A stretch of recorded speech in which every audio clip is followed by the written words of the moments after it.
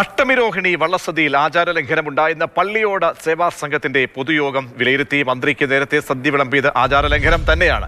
ഭഗവാന് നേദിക്ക് മുൻപാണ് സദ്യ വിളമ്പിയതെന്നും പൊതുയോഗത്തിന്റെ വിലയിരുത്തൽ. അഭിലാൽ നൽകും വിവരങ്ങൾ. അഭിലാൽ, ഇക്കാര്യത്തിൽ എന്തായാലും യോഗം ചേർന്നൊരു വിലയിരുത്തലിലേക്ക്, ആചാരലംഘനം എന്ന വിലയിരുത്തലിലേക്ക് എത്തുകയാണോ? എത്ര പേർ ഈ യോഗത്തിൽ പങ്കെടുത്തിരുന്നു? എന്താണ് ഇനി പ്രതീക്ഷിക്കാൻ കഴിയുന്ന കാര്യങ്ങൾ?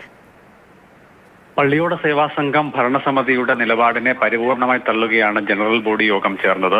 ആചാര ലംഘനം ഉണ്ടായിട്ടില്ല എന്നായിരുന്നു പള്ളിയോട സേവാ സംഘം പ്രസിഡന്റും ഭാരവാഹികളും നേരത്തെ നിലപാടെടുത്തതെങ്കിൽ അതിനെ പൂർണ്ണമായി തള്ളിക്കൊണ്ട് ആചാര ലംഘനം അഷ്ടമിരോഹിണി വള്ളസദ്യയുടെ കാര്യത്തിൽ ഉണ്ടായിട്ടുണ്ട് എന്നും അതോടൊപ്പം തന്നെ തന്ത്രി പരമേശ്വരൻ വാസുദേവൻ ഭട്ടതിരിപ്പാട് നിർദ്ദേശിച്ചിട്ടുള്ള പരിഹാര ക്രിയകൾ വൈകാതെ ചെയ്യണം എന്നുള്ള ഒരു തീരുമാനമാണ് ഇന്ന് ജനറൽ ബോഡി യോഗത്തിൽ ഉണ്ടായിട്ടുള്ളത്.